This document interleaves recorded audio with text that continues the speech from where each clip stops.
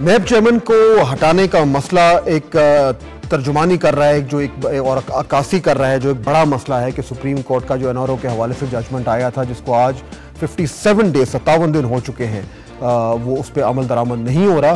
NAB chairman کا issue جو ہے وہ اس میں ایک تنازع کھڑا ہو گیا ہے.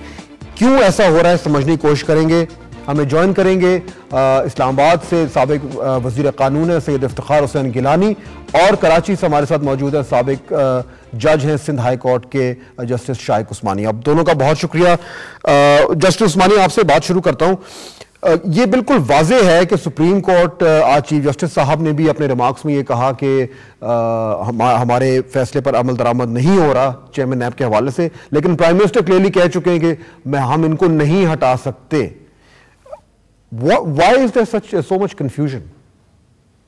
دیکھیے کنفیوژن تو اس وجہ سے ہے کہ گورنمنٹ اپنے کسی مقصد کی وجہ سے جو اسپیسیفک اور ڈائریکٹ انسٹرکشن ہیں سپریم کورٹ کی آرڈر ہے بلکہ جو وہ نہیں مان رہے ہیں. اس میں ججمنٹ میں بالکل کلیئرلی لکھا ہوا ہے کہ they are not satisfied with the conduct of the chairman.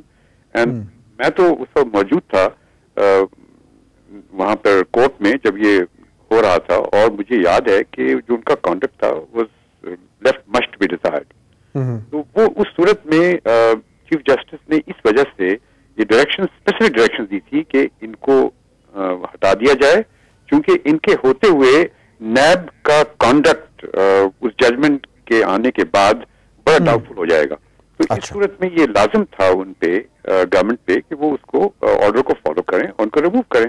اگر ان کو کوئی آبجیکشن ہے کسی وجہ سے تو ٹھیک ہے, وہ فی الحال ان کو او ایس ڈی بنا دیں, الگ کر دیں اور اس کے بعد پھر وہ جو بھی ڈسکشن کرنی ہے وہ کرتے رہیں بعد میں, یا جو بھی کلیریفیکیشن سیکھ کریں وہ کرتے رہیں, لیکن آرڈر تو ان کو ماننا ہے.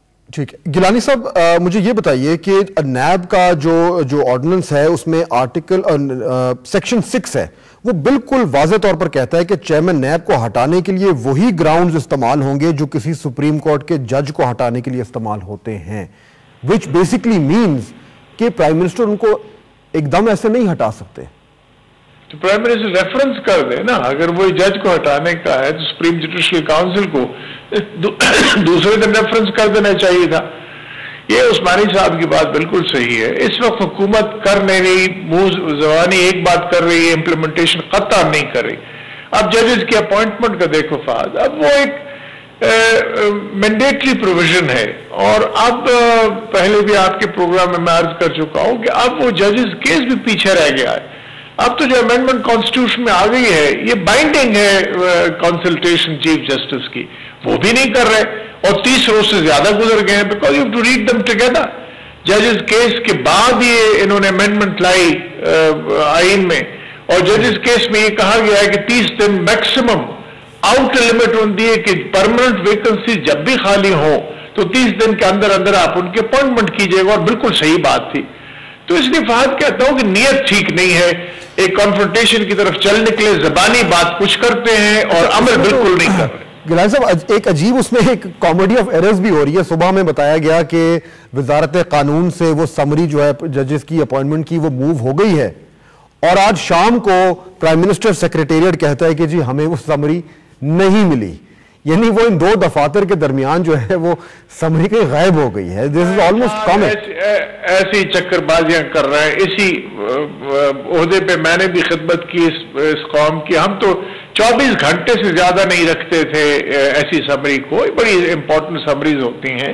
اپوائنٹمنٹ آف ججز مذاق نہیں ہوتا سپریم کورٹ کا.